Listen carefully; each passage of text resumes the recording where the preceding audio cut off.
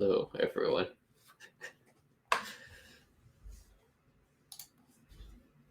Hello.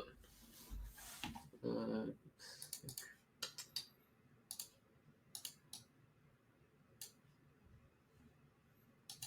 is there actually people here? Okay, cool. Not that many. That's fine.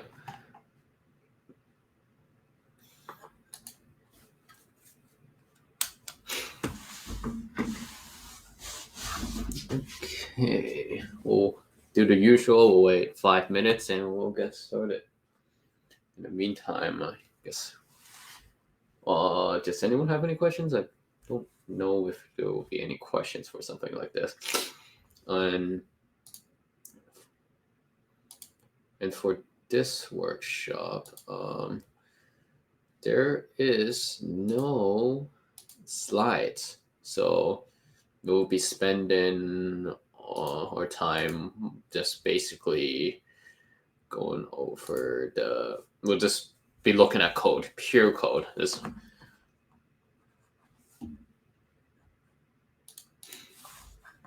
It will just be pure code for this workshop because it's a little bit difficult for me to come up with slides for something that's so kind of hands-on.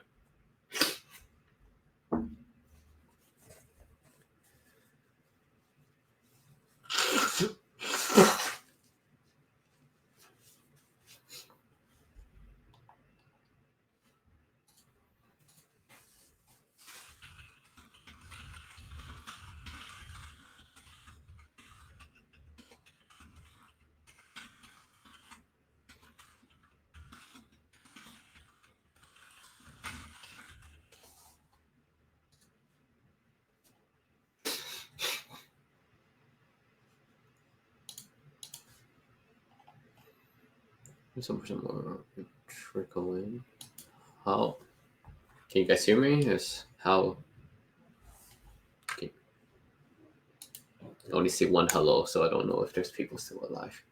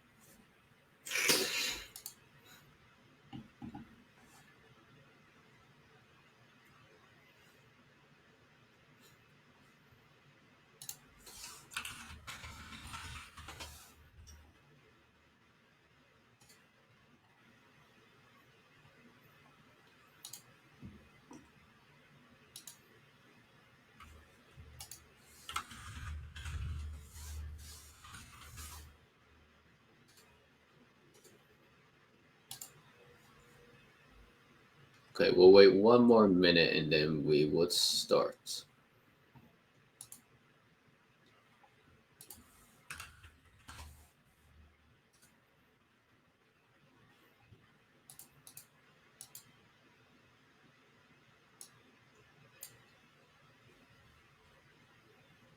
And tell there's actually people watching this. Nobody's replying to me. Am I muted?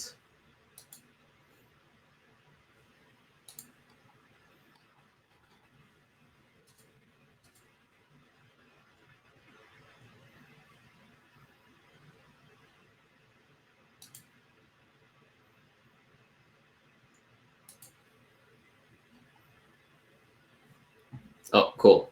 There's life. Hallelujah. Okay, cool. Welcome to my From Code to Production workshop. So, yeah, it's maybe not the most well-named workshop.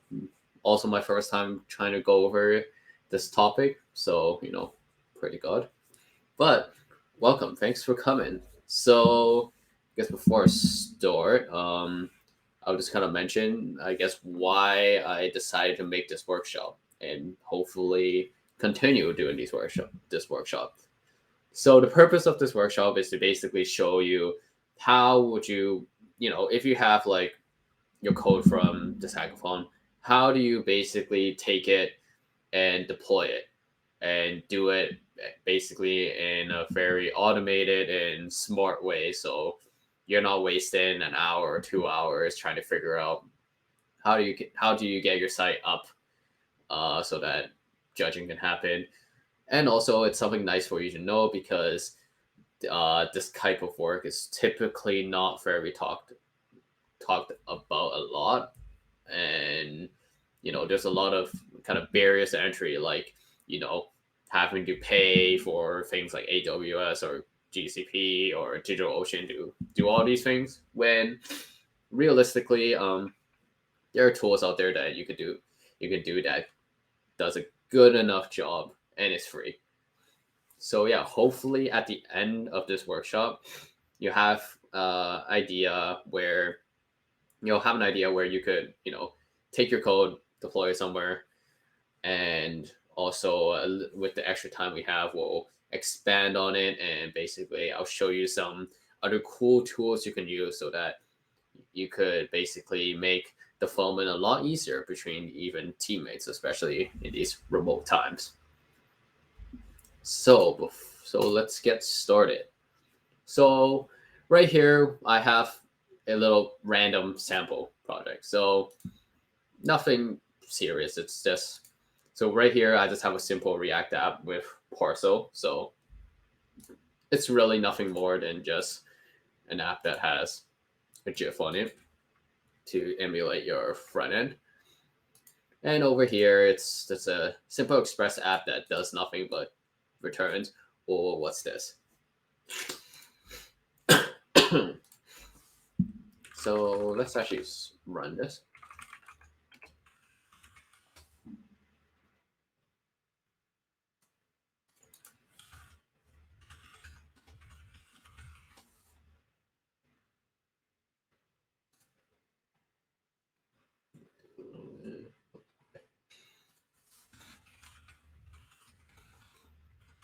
So, we run the two things. We have our front end here, monkey, and we have our back end over here. Ooh, what's this? So, let's say this is a project, this is the next best thing. The app's called, ooh, what's this? It will give you monkey. How do I get that up somewhere? So the first option I will show you now is basically the most hands-free and also wallet-free method that I can think of. So of course, what we need to do is we need to actually get this up onto GitHub. And by the way, if you guys have any questions, just ask away. Before I do, I need to initialize my Git, add handle, Git.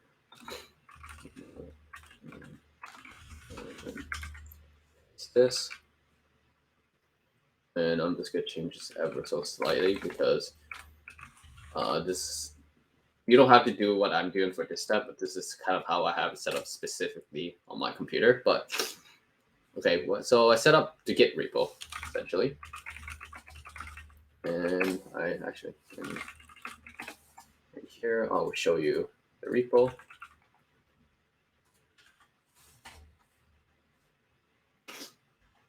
Here, empty repo. And then I would push it.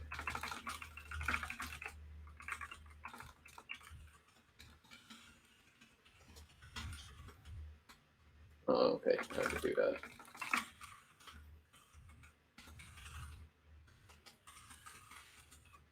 Yes.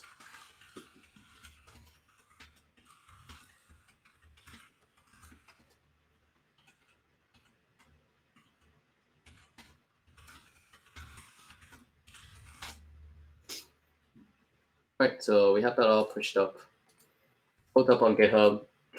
Now let's get this deployed somewhere.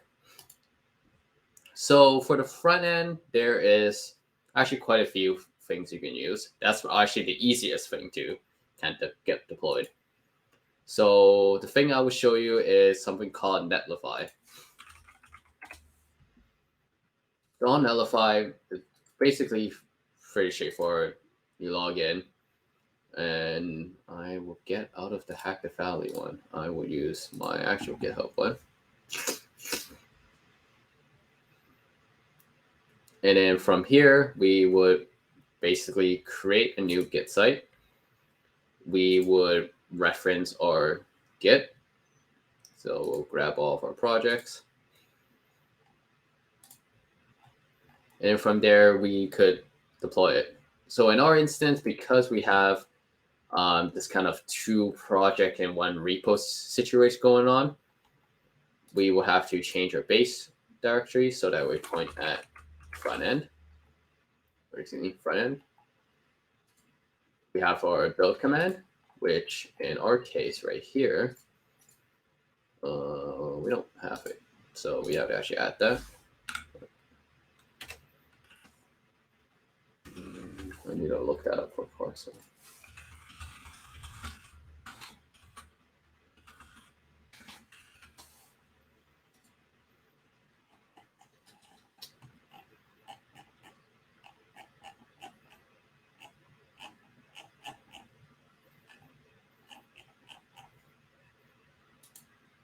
Give me 1 second.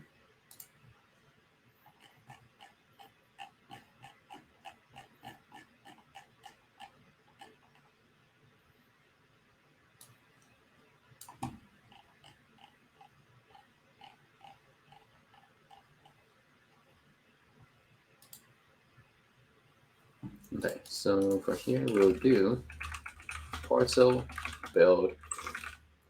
That's HTML.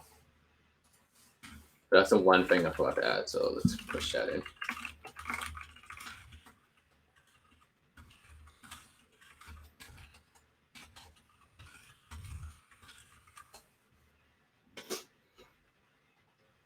So here we'll do npm run build, similar to this right here. And then under the fans, you could do some more things. So let's talk about the options. We could add environment variables. We could add a functions directory. So Netlify actually lets you put in Lambda functions. And what a Lambda function is a serverless function. You're able to basically add some server-side requests as needed. So one thing we do at Hack the Valley is for the schedule, we grab our events straight from Airtable. But we don't want you to know where this is coming from in Airtable. So we wrap that in a function, in a Lambda function. So you get the API call, which is, if you look at a network request, you can probably see it like API like events. But behind the scenes, we're referencing things like the Airtable, like the table ID, the base, put it in like API keys, which if we didn't have that and we had to make the request on our front end, you'll see all of it and we're going to get DDoSed and no one's going to be able to see a schedule. So that's what that is. So after we set up all of that, we just click deploy, and that's it. That's his fame. Was watching.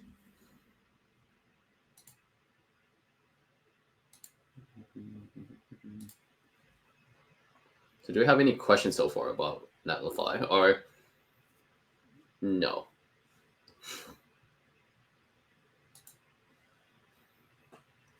And don't worry, after I kind of go over, oh, yeah, this will work. This will work for any kind of npm thing. Like you just have to specify what the command is to build it, and that's really it. You might actually need to specify other things too. Yes, I did mean that actually.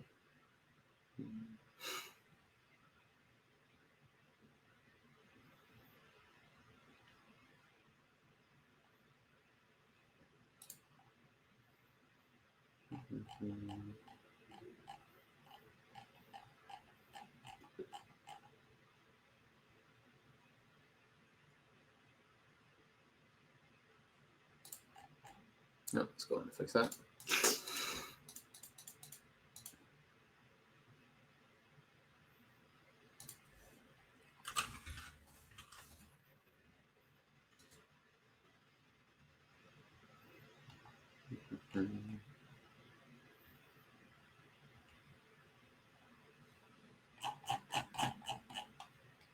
Let me try that locally.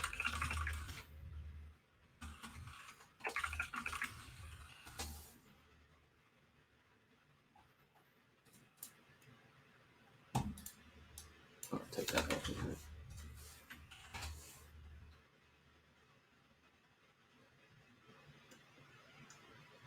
Okay.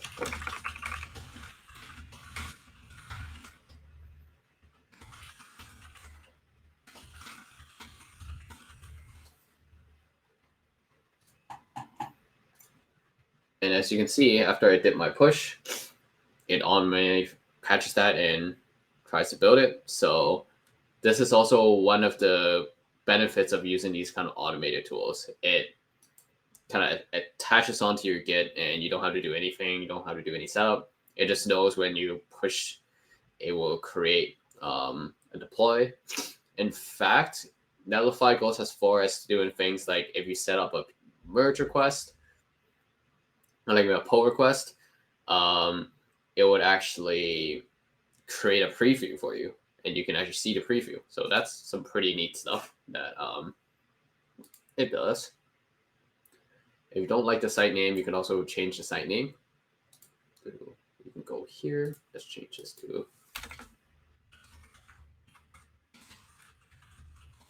that. And now that when this is deployed and all done, I think I still have to configure this, the publish directory.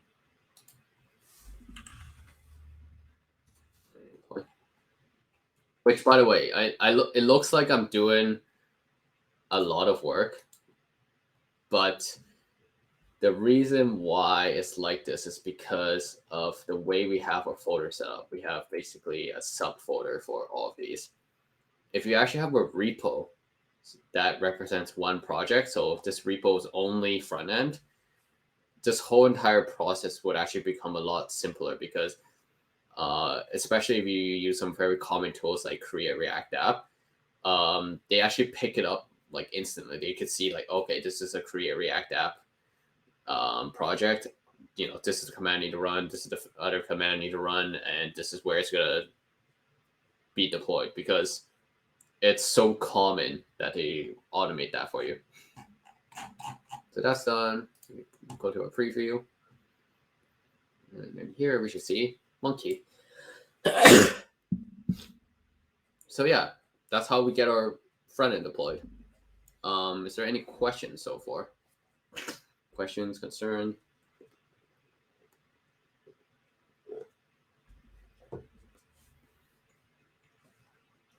It's as simple as me pressing a few buttons.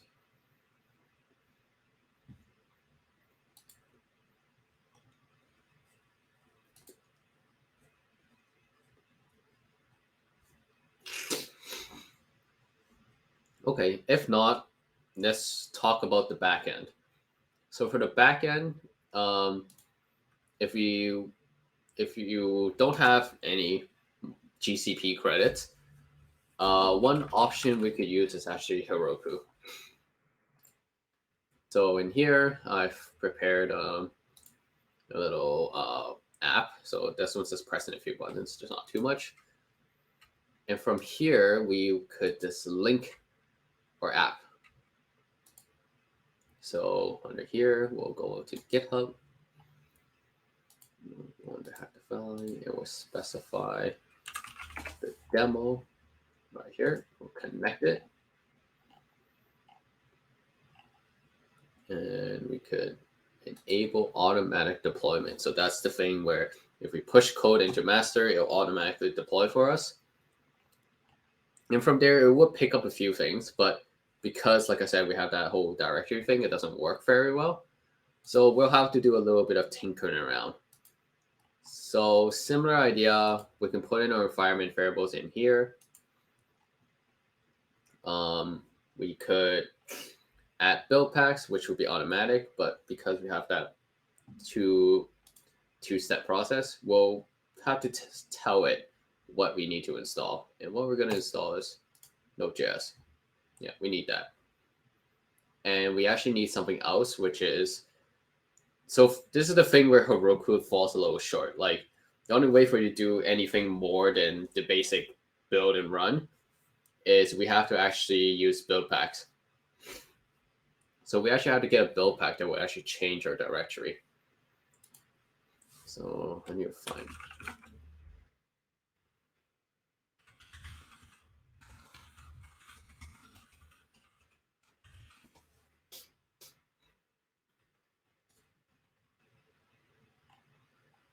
So here it is. We'll use our build pack.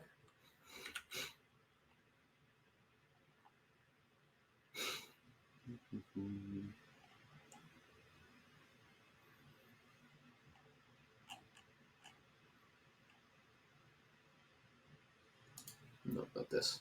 This one. So there we go.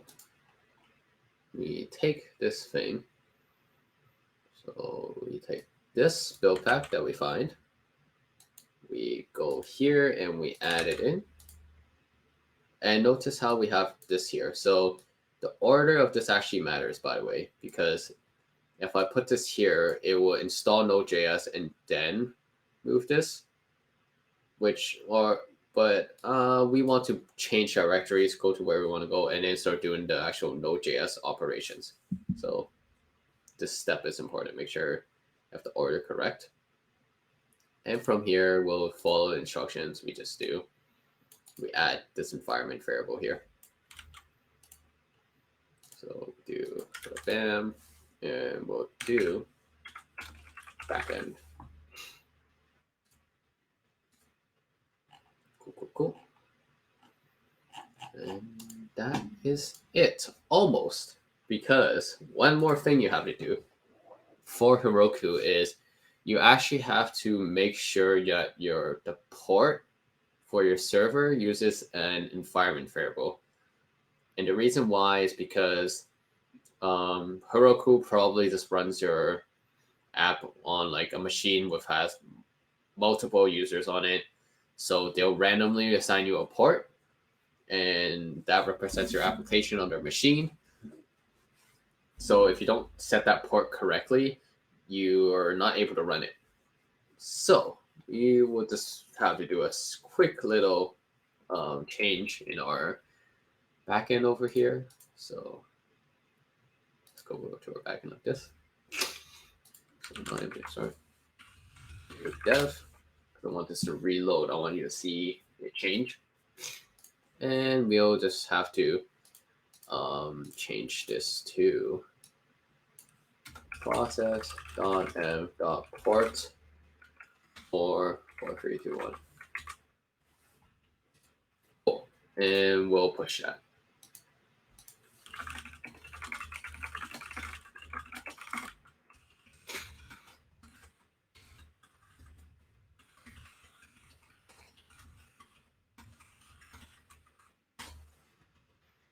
After we push that, we could go under deploy, and we should see it under here. We can see okay,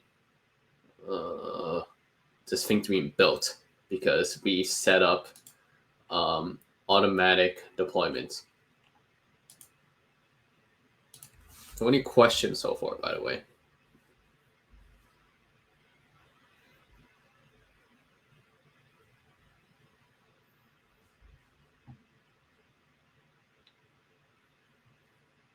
Okay, so that's done. Open our app. And as you can see, works like a charm. Perfect.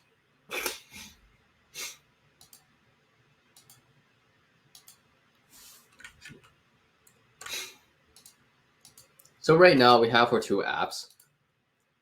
Now we have to actually glue them together. So you might say, okay, Fred, how do I glue them together now?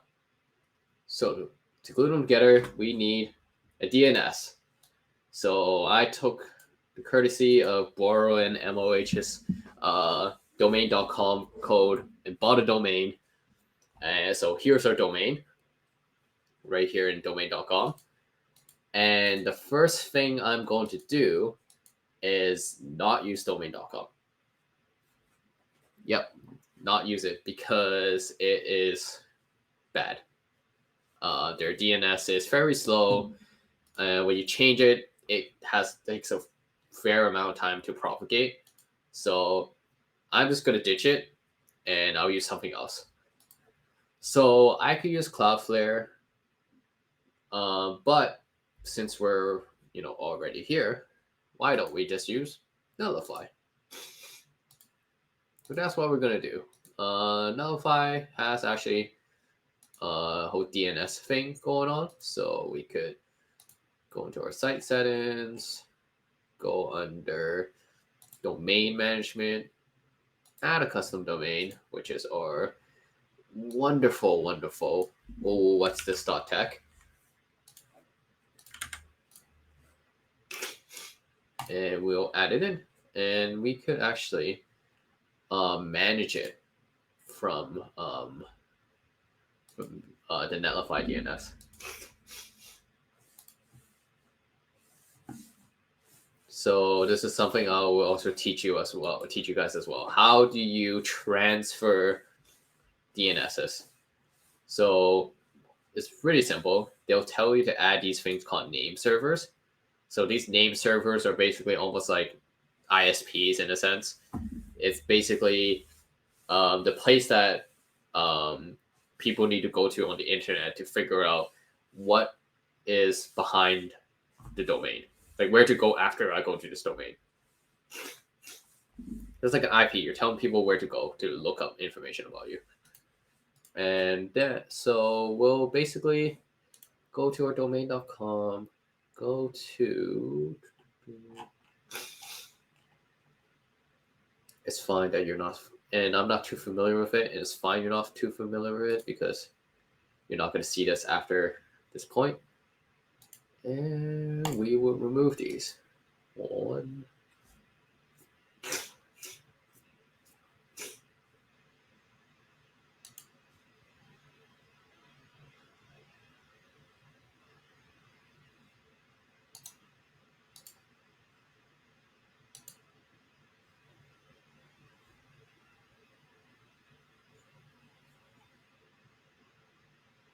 That doesn't look very good.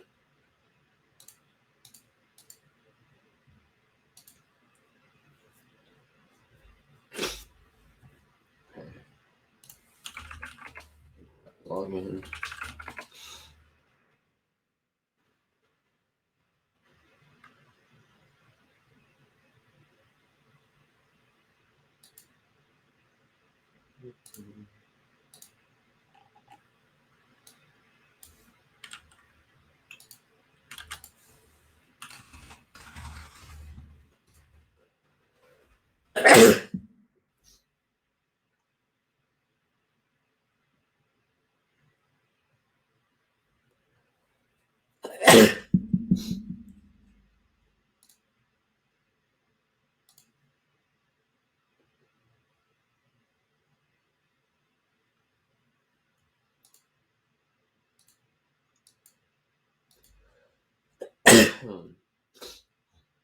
Okay.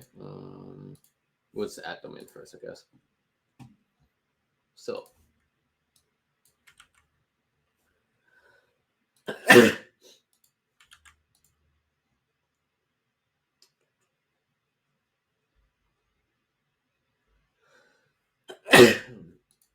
So as you can see, at how long it takes for me to even change these, why you shouldn't use the domain.com's DNS.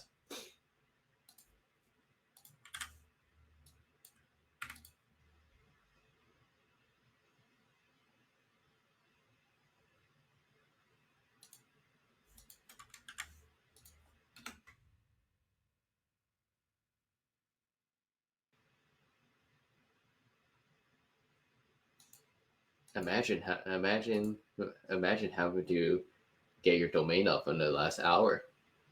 Imagine having to stare at this for 10 minutes.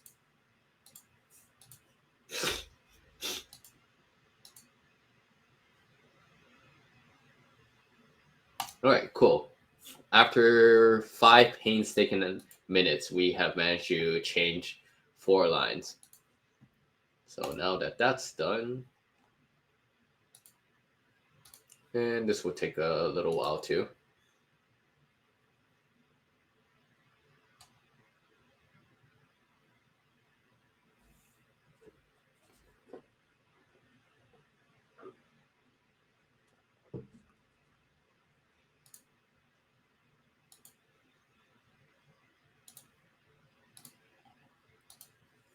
So let's actually check that real quick. But sometimes it does actually happen relatively quick.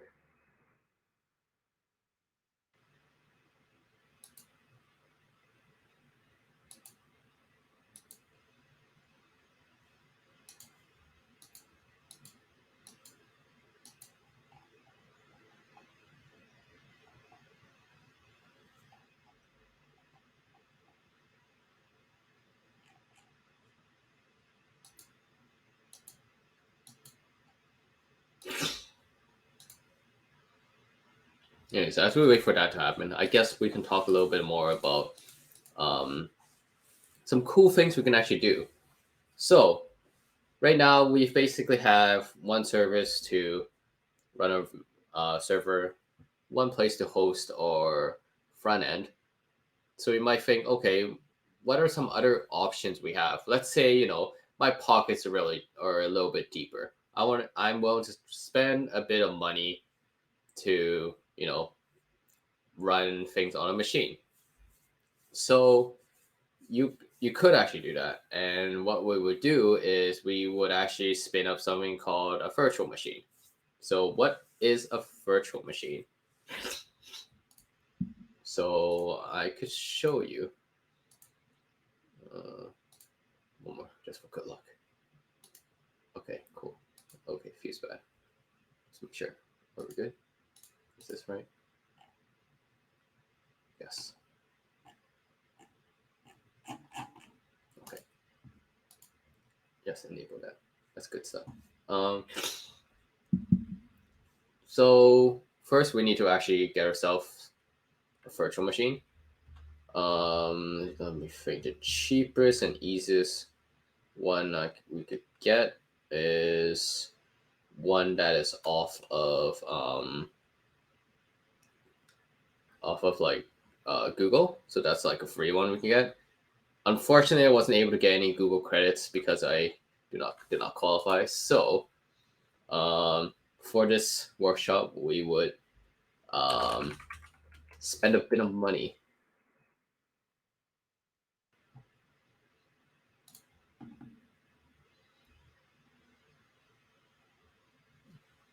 Oh yeah, that's fine. I will use the GCP, but you would.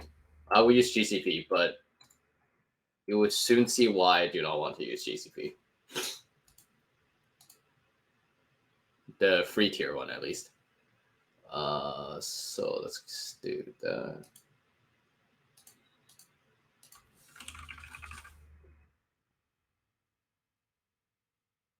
Compute engine.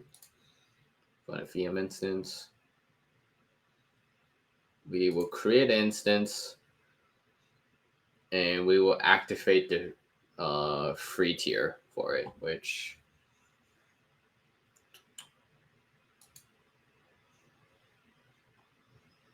low CO2. Wow. Um,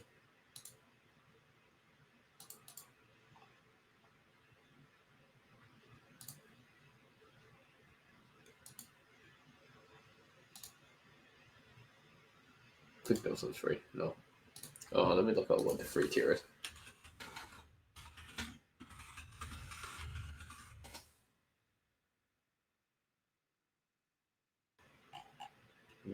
Compute Engine 1 E2 Micro.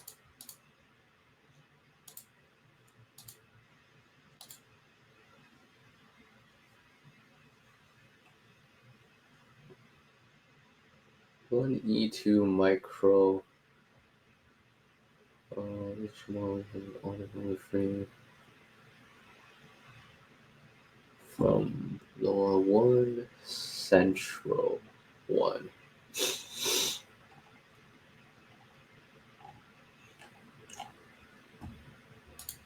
We'll allow HTTP and HTTPS because that's what we have them run through it. Boot disk, we can have. I'm gonna have up to 30. Let's give it 30.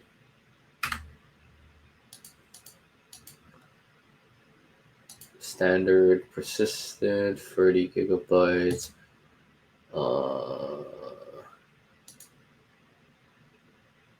Yep, we can just stick with that. Oh no, not DB. We will use Ubuntu. And I would use 20. And anything else? Okay, we're good.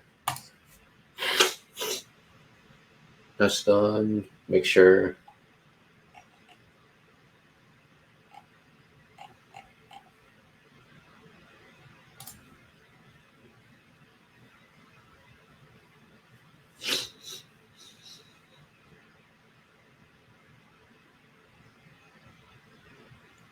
And we wait for this to create. Wait for that to wake up.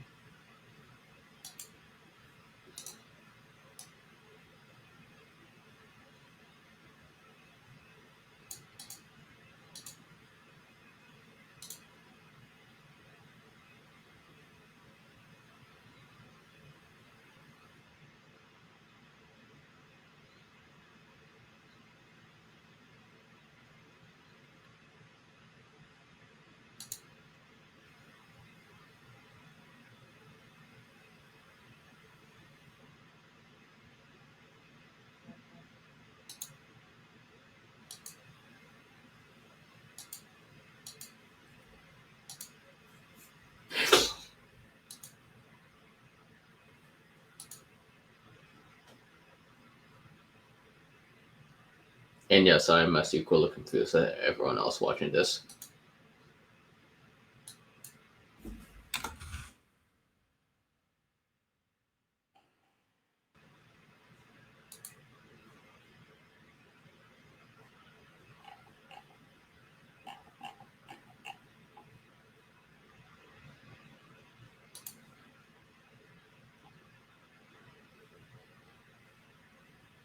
Free trial credits. I have credits. I have money. Okay, EC2 micro.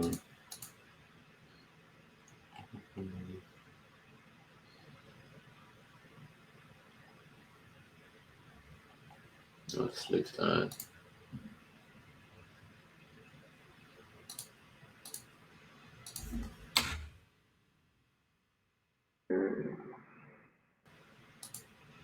What to 20 allow traffic. Right.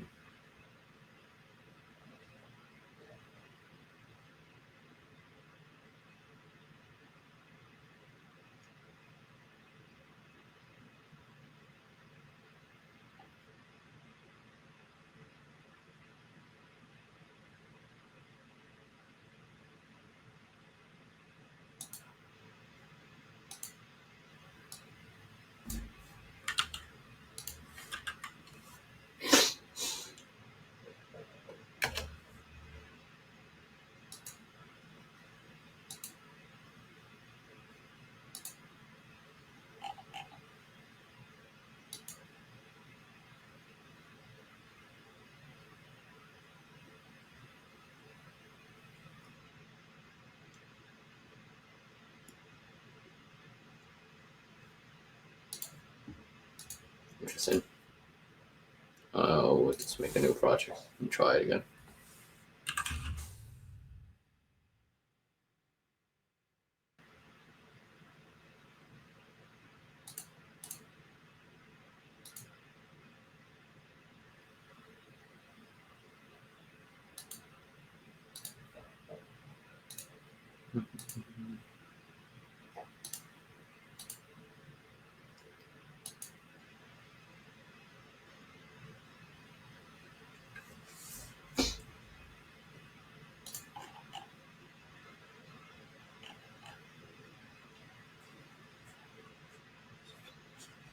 This is fun. Can't have hack. You can't have a hackathon without the word hack, right? How's everyone doing though so far?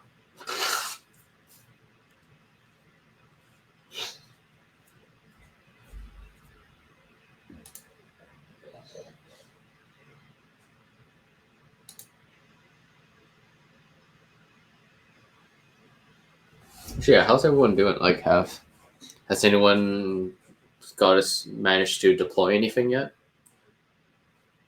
Or no, everything's still running locally.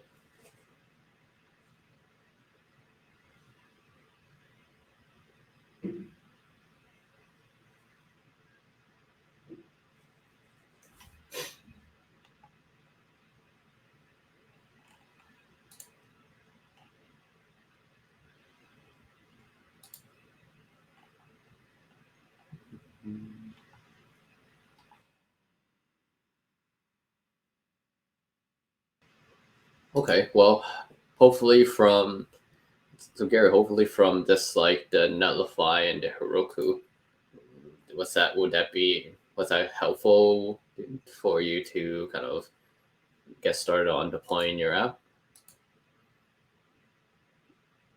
Yeah, that's so good.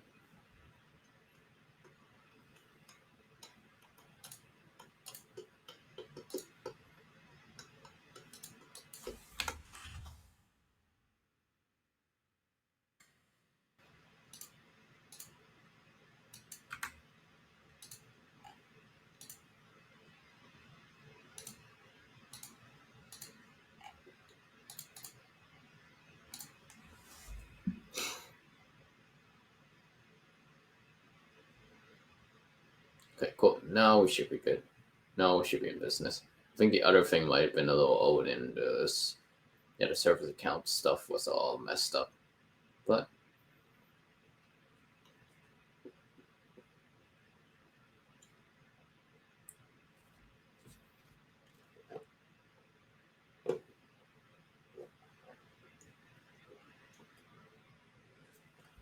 cool. So right now we have our thing created. As you can see here, we have two things. We have an external IP and internal IP. So what external IP is basically the IP that we will use to connect to this machine. and then the internal IP would be basically for internal networking. So let's say we have a virtual machine connect to virtual machine, and we have and we want them to kind of talk to each other. We could use this instead, so it doesn't actually go into the internet and then back into kind of the Google TCP servers. We were able to sort of talk in between, but we're not going to be talking about that. That's something way ahead. Right. So we'll just focus on this external. But in this, what we'll do is we'll SSH into it. So do that. We'll get inside.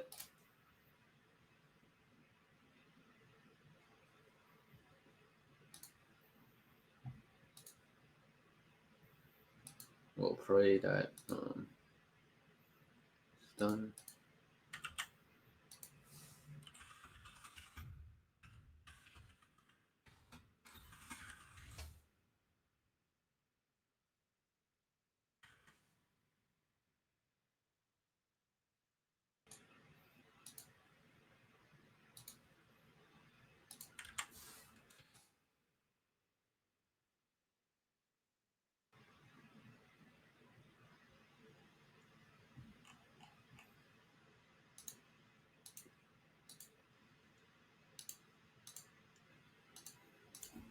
Okay, so we connect to the machine.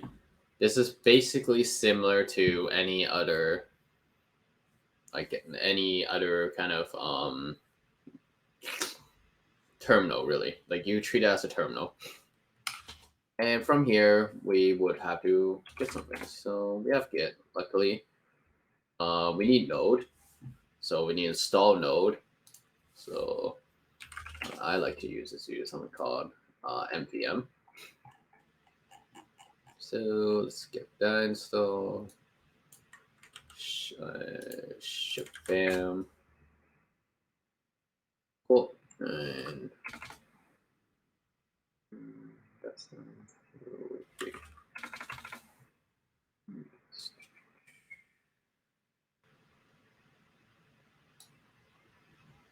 okay. Run this bad boy. Cool. And we are ready to use Node. So we just do use ts. This will install this.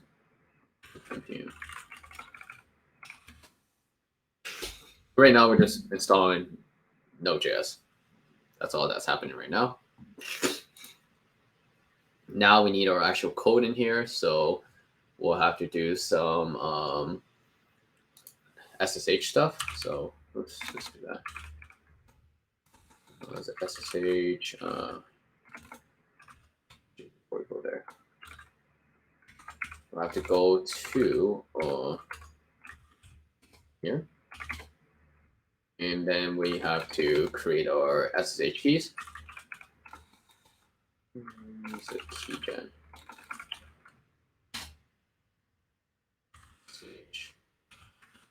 Keygen. Cool. And we'll make our things here. Blah blah blah. Let's see what I'll open this up. It's fine. I don't mind you guys seeing it, to be honest, because we would be deleting this after. And from there, we'll add it into the GitHub, which I'll do off screen.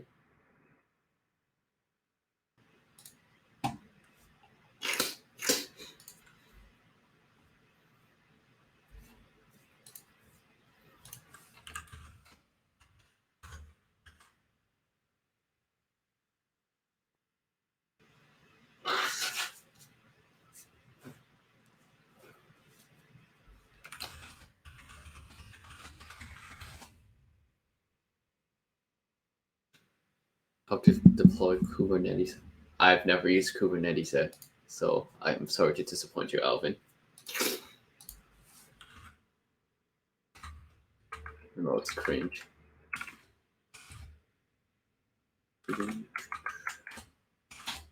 Back here, and we would Now we're able to get clone or repo, which is here. After we add our SSH keys, get clone. Our thing is here. We want to run our server, so we'll just do. And then in here, we'll just do npm kind of start. All right, npm install first. CI, faster install. And then we'll do npm start. Of course, this is not going to work because this is running on port like 4321. We need this run on port 80. So we will have to do that. So we do port equal 80. Not even 80. We want HTTPS. So actually, I don't even have it right now. So we'll just do that for now. Not this. Port 80. Okay, start. No, because 80 is a special port, so we have to do sudo.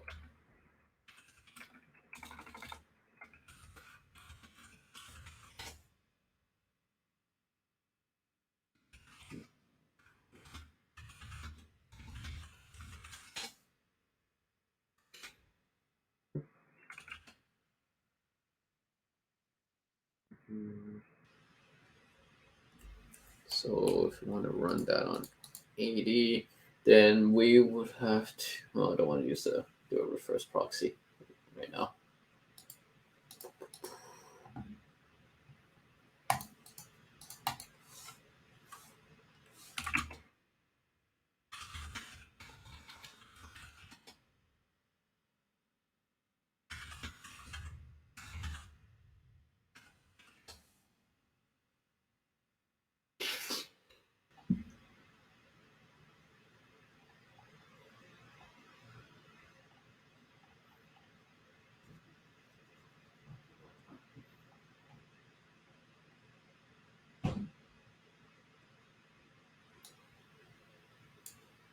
Okay, so I'm just going to copy shell command.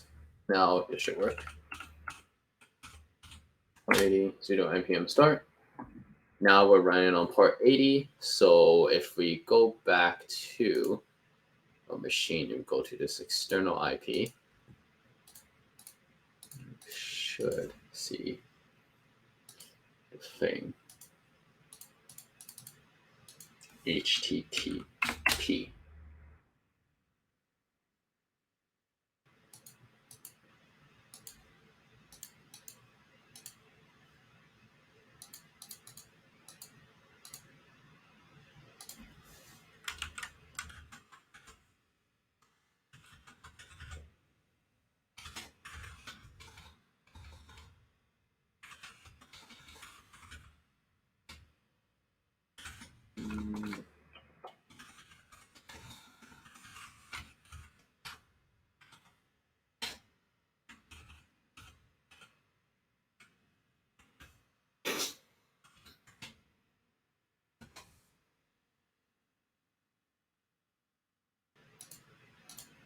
No, okay, so they didn't actually open, or so if this doesn't work, it means that they did not open or port.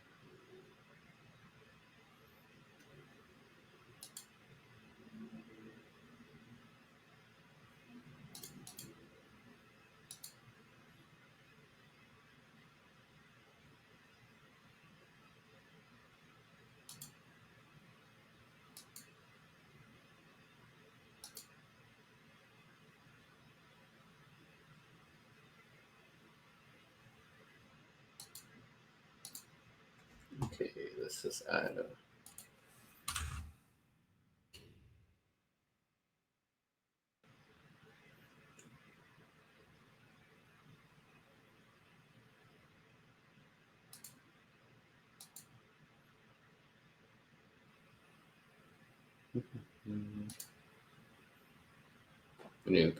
So I think the issue too is we have to get through that static IP. Okay, now it should be good. Maybe this one.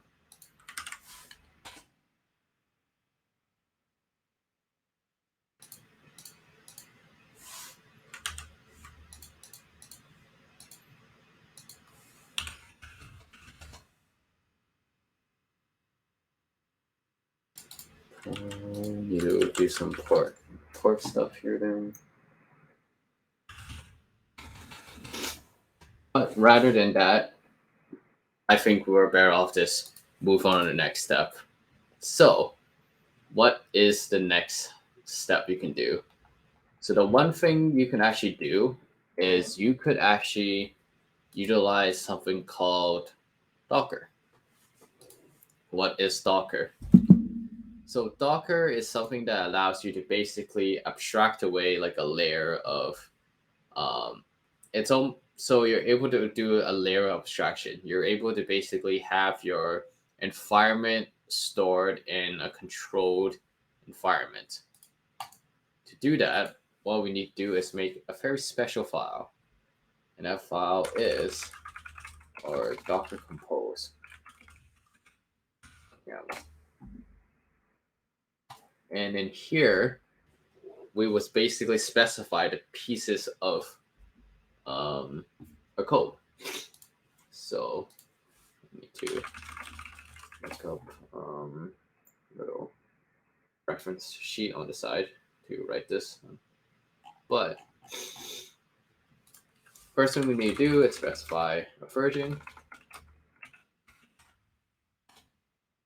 And from there, we specify all of the pieces that we have.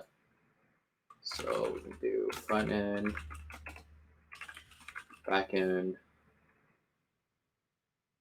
and we'll connect the two. So our front end, we're going to specify some. So we're going to specify like basically our environment, how it's going to work. So let's skip that first. Let's do the front end. For the front end, we can do, okay, let's do our Docker file. And then we could say what it is. So there we can do from node 14. So we're going to specify, okay, create a container for us and put node in it. And then what we're going to do inside of that is we're going to copy over our code and then we're going to run it. And we're going to kind of build it. So let's do that. Do a copy here, package store.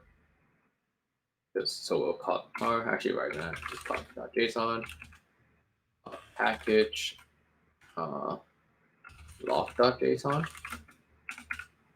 and we're going to bring it into this root folder that we're on right now. And there we're going to run a command, which is npm install. After we npm install, we're going to copy everything else that's in our folder. So we will copy, in this case, we'll just copy source into source because we have everything put in there nice and tidy. And we would do npm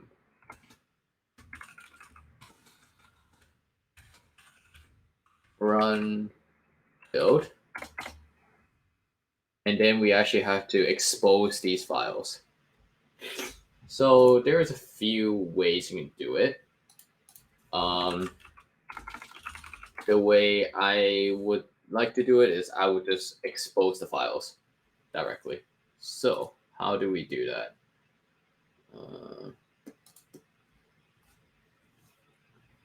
To do that, we actually have to get a little bit more complicated. So from there, we will have to do kind of something called a multi-step. So we would create another container.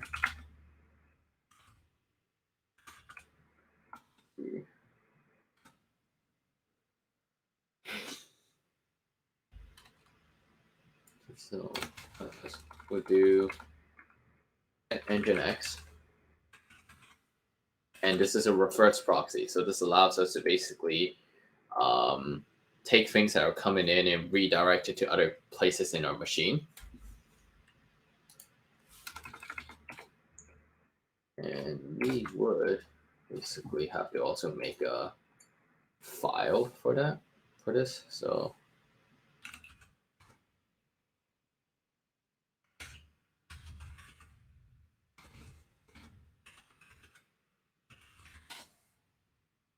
do a little simple Nginx file. And for that, we would basically just do this. And you notice how I have these little placeholders? We're going to replace that later. So back into here. From this folder, we're just gonna... So basically, we made this container in this environment. We're essentially making almost like another machine. Well, like another like container, and we need to grab files from one to the other. And for that, what we would do is we would run, give me a sec, copy from, and let's give this a name.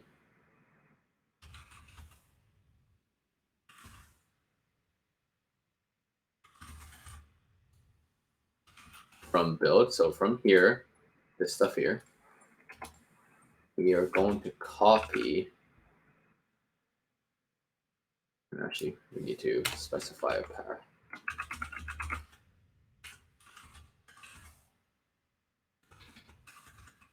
We'll say www.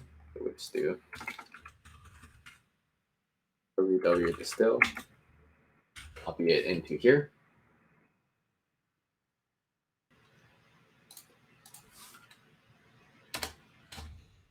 We're going to set up the server name, which would be blank, so localhost, server root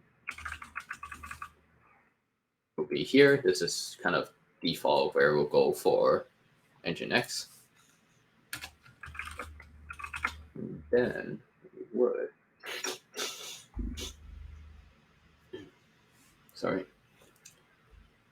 we would set the URL. So for that, it would be, I'm trying to think, what would that be?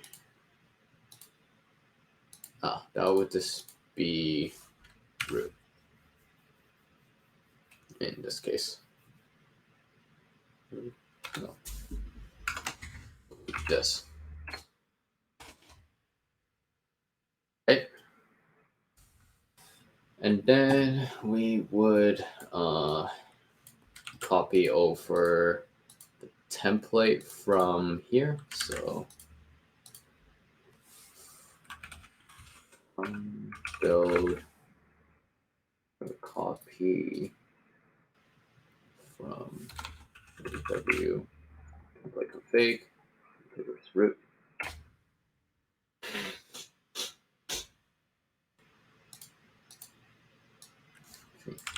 Move that around.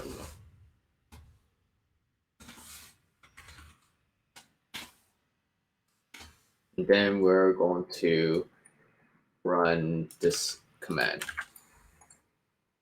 So, a lot of stuff. Let me explain it. And even then, I need to change this.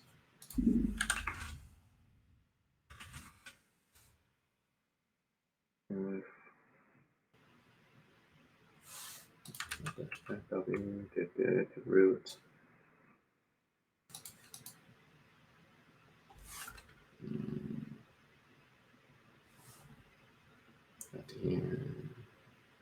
Okay, yep, we're good. Okay, so what have we done so far? we've basically did this. So in a Node.js environment, we're going to copy over our package files. We're going to install our packages. Then we're going to copy over the rest of our app, and then we're going to build it. So we're going to be left at this state with it still. Then we're going to create another thing, which is our Nginx, our actual reverse proxy that allows us to basically take all incoming requests and redirect it accordingly within our machine.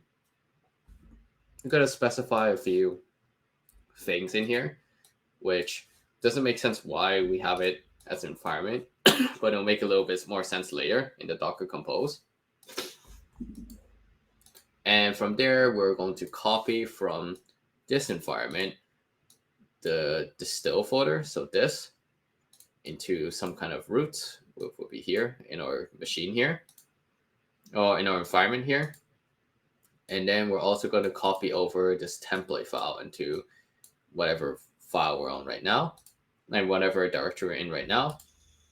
And then from there, we're going to basically replace certain things in here with the root and the server name, your URI.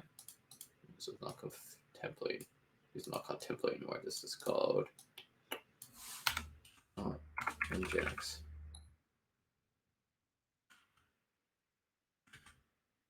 And we're gonna move it into this folder here, which is our how Nginx, where Nginx looks to kind of redirect traffic in a network, and we're just gonna update and run it. So what would happen is, let's save all of these in our front end. Now we in our kind of whole network that we're like whole set of like applications that we have running simultaneously that we'll specify in our Docker Compose. We're going to do a bunch of things. So we're going to specify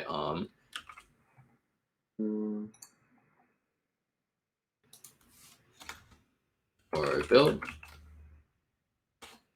And what it is we're going to go into our front end folder, use the Docker file, and that's it. We don't have any orgs, so that's basically it for the build. And good. And then from there, we would also pass in more our environment variables. So let me look that up.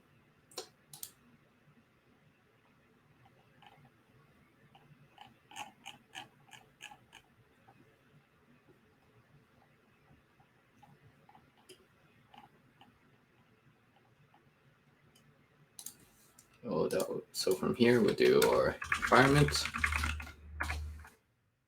And we'll pass it in similar to how we would do it in Netlify. But in our case, we just need a few of these things, which we don't have anything right now. So we'll leave this blank. And we would have to expose things. So we would be, for Nginx, we'll be serving things from 80. So we'll basically expose 80 to 80 and 443 to 443. Okay. That is all for now. Let's run this. Here now we can do something called Docker Compose up. So you need to install Docker for this, by the way. So I don't have Docker one. Give me a sec. Let me turn it on.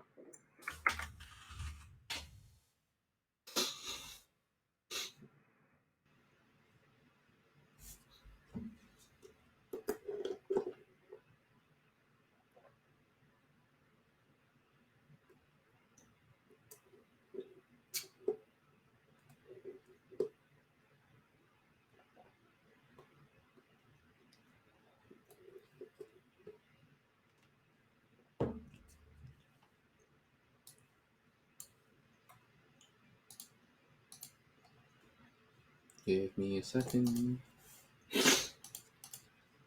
Does anyone have any questions so far? I feel like people probably have a lot of questions right now.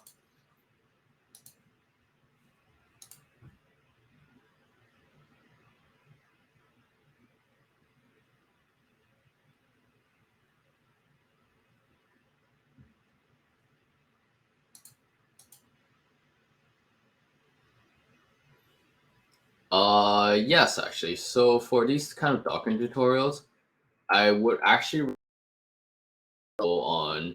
You look it up on DigitalOcean because they actually have a very, very, very good and in-depth kind of step-by-step process of what I'm doing. So if you go like DigitalOcean or npm, like they have a very, very good step-by-step process about all the things you have to do.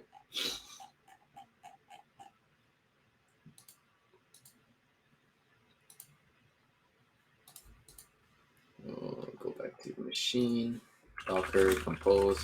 Oh, you can see it'll install the things. So we need Node, we need Nginx. It'll install those for us.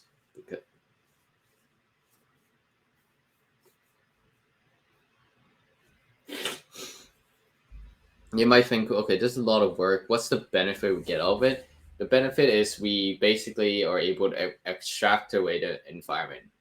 And regardless of wherever we run, wherever we end up, having our computer on, as long as there's network, as long as there's internet and Docker installed on it, we're basically able to almost like pick up our whole entire application, move it anywhere, and with a single command, basically recreate everything and have it just running for us.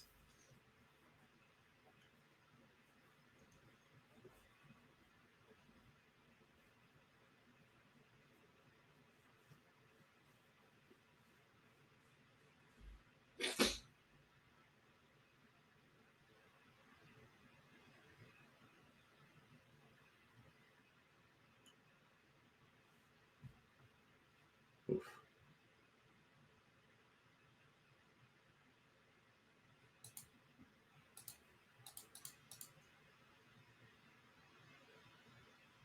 Well, yeah, because it didn't copy that.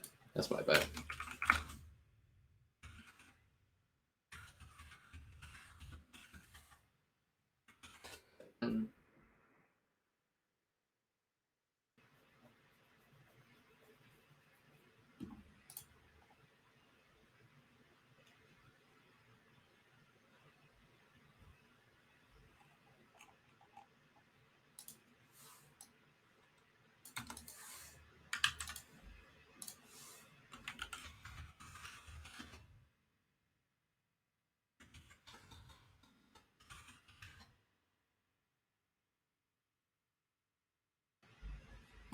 Let me just clear the containers real quick.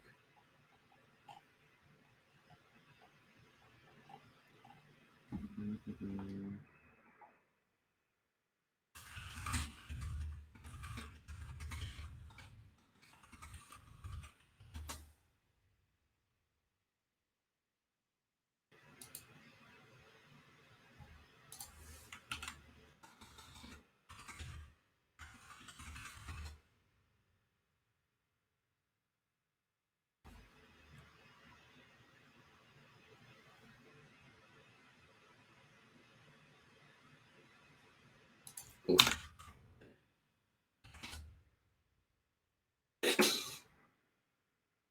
Cool, cool, cool. Copy that and good to go.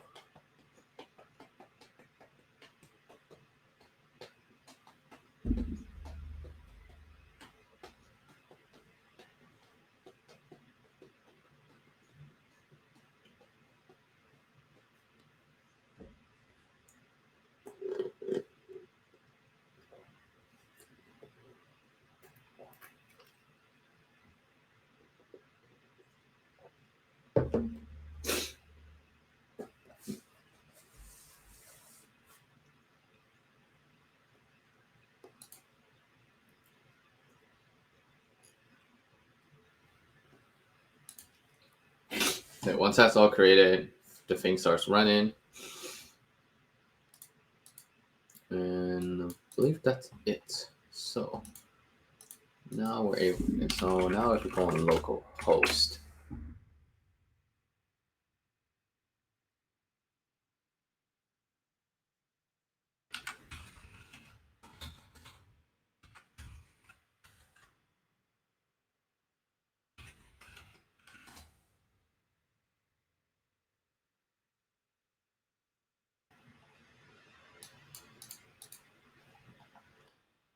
it's still doing its thing right now.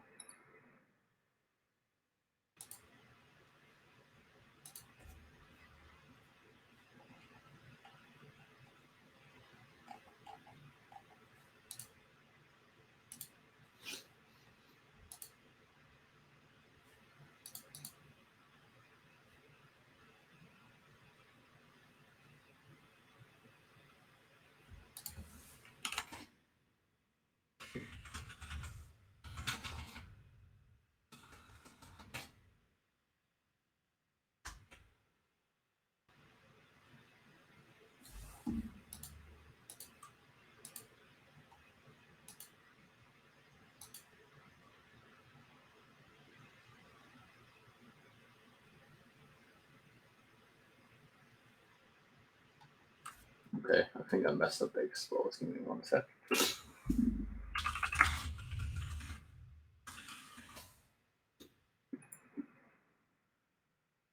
So I messed up this file real quick.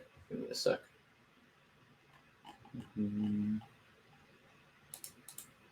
Expose.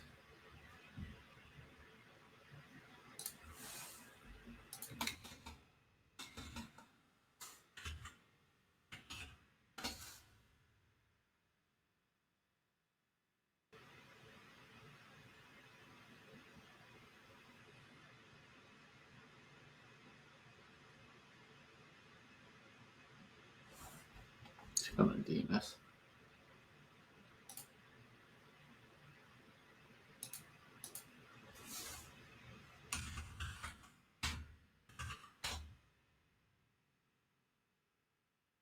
Still not changed.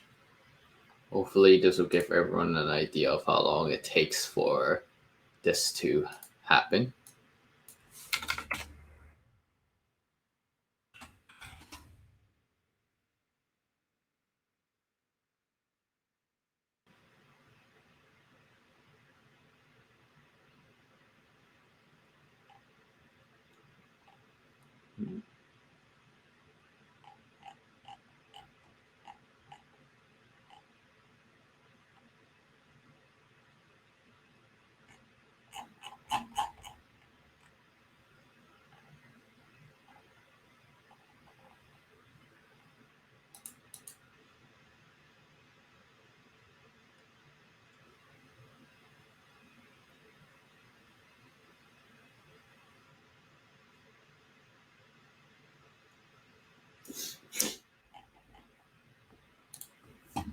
Oh shoot, it's not exposed, it's ports. Okay. Sorry about that. It should be ports.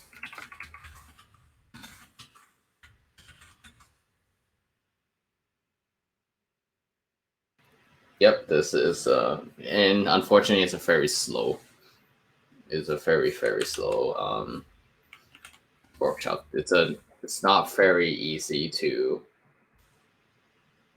unfortunately it's not a very easy workshop to kind of just go like, okay, like there's a lot of this having to kind of do it on the spot. It's not going to be very informative if I've done everything beforehand. I'm going like, okay, this is what you do. Just copy and paste it. So there is a bit of a tinkering, but here you are. We finally got it running, but with the reverse proxy, we're able to basically have it run off 80 and 447. So if you do 3, probably not 443, not 443 because we don't have HTTPS. But as you can see, we can connect to 80, and yeah, that is good stuff. So now that that is good, let us basically put that onto our actual machine. So on our actual machine, I think we do have to open up, do a little bit of networking. So let us do that. We do have to, let's see.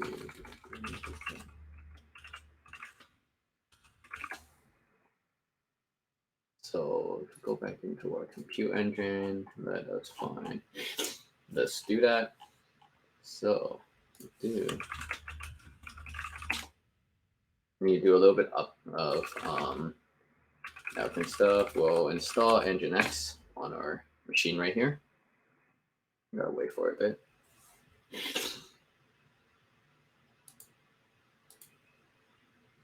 Okay, do we need it? No, we don't need Nginx right now. We don't need Nginx. But we do need to do firewall stuff.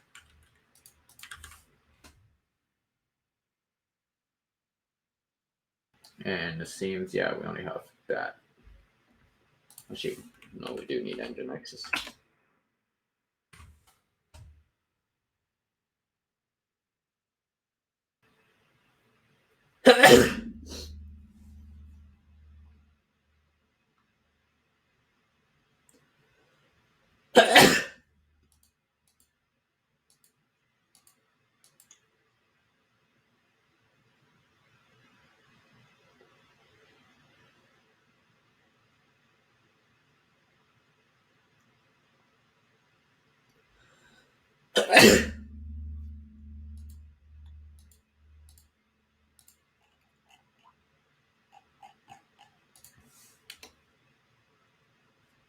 I hope that's not the machine hanging.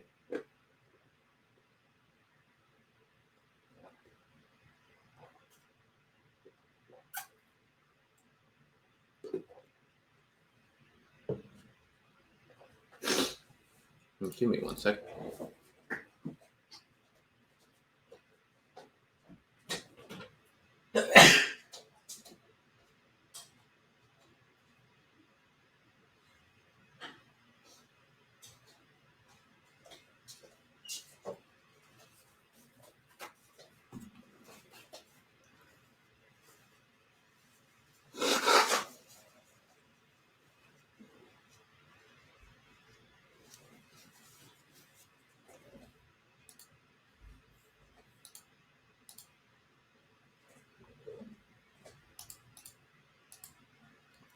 It was frozen.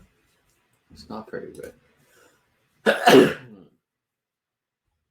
see if it's frozen. Let us take a look at the machine.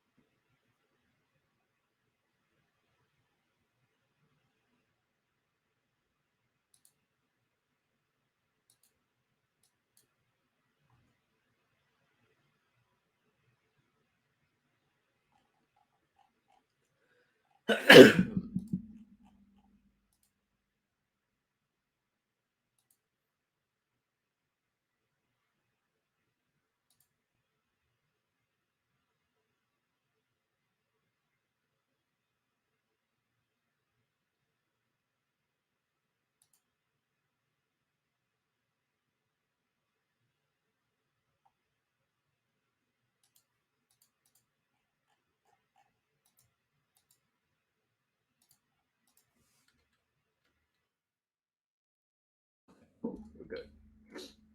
Thank God. Because one possibility is that the reason why these machines are not very good is because your machine could freeze, die because of because of how little RAM there is. So listen, enable networking stuff.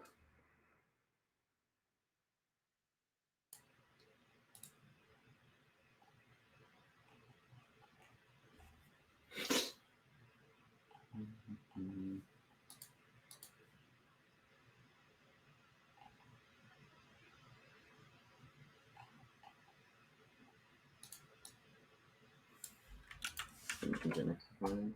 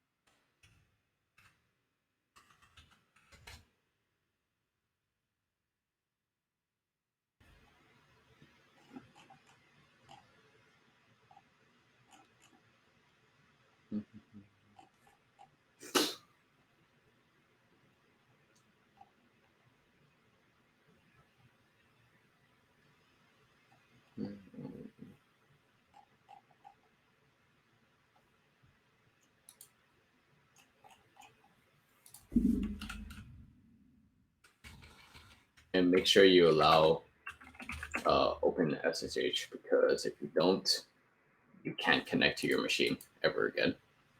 So make sure that's open. Okay, so that's all good. If we actually go back and do what we did at the over here, actually, it was it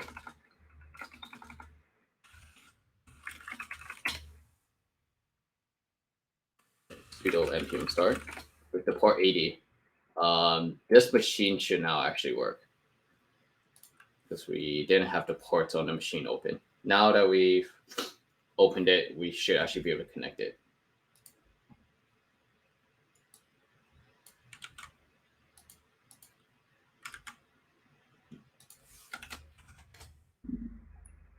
Cool, we have Nginx, but it doesn't point to the right place. That's fine. We didn't configure it.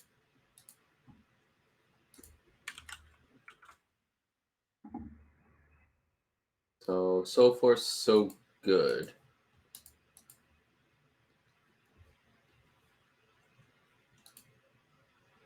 So now we have to actually make this machine actually show it.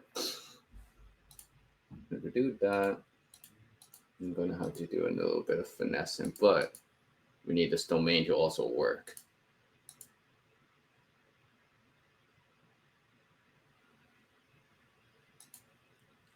Which does not want to help us right now. So,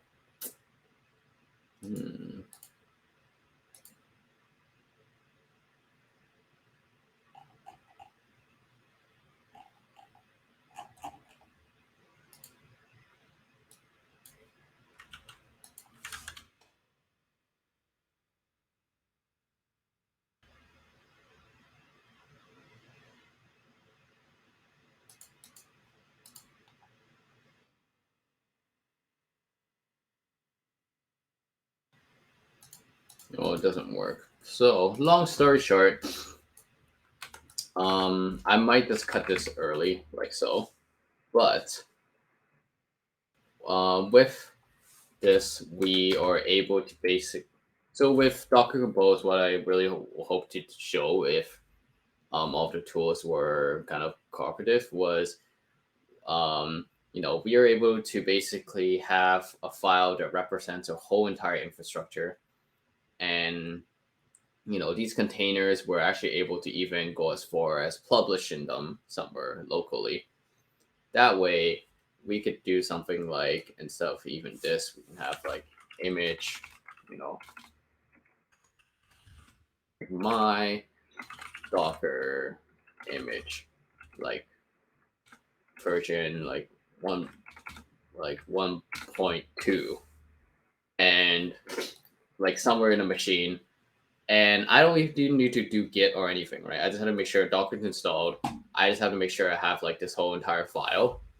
and whatever I need to control, I could just kind of pass in environment variables, arguments, and like that's it. I could just build my whole entire code. And if I decide to run on GCP, copy the file, put it into GCP, Docker Compose up, done. It's running on GCP. If for some reason GCP decides to overcharge me, and I want to go somewhere else, like DigitalOcean, same idea. I don't lose anything. I'm not gonna cry because I copy and paste the file somewhere, run Docker Compose up, and it's up on DigitalOcean. So that is kind of the beauty of Docker Compose, and that's kind of like the next step that you can kind of take it. If of course you don't want to deal with any of this like Gorble, we have a lot of these tools that do it for us for free. And like I mentioned, we have Heroku, we have Netlify, and those are simply just a few button clicks away. But yeah, I'm probably just gonna end this workshop here. So hopefully that has helped you guys a bit, and also showed you guys that if you decide to um, go for a domain price to get started and buy the domain now, and switch it to a different DNS provider that is not domain.com. So when the time comes to demo, you would actually have a live site on time. So I think that would be it. Should there be any other questions or concerns?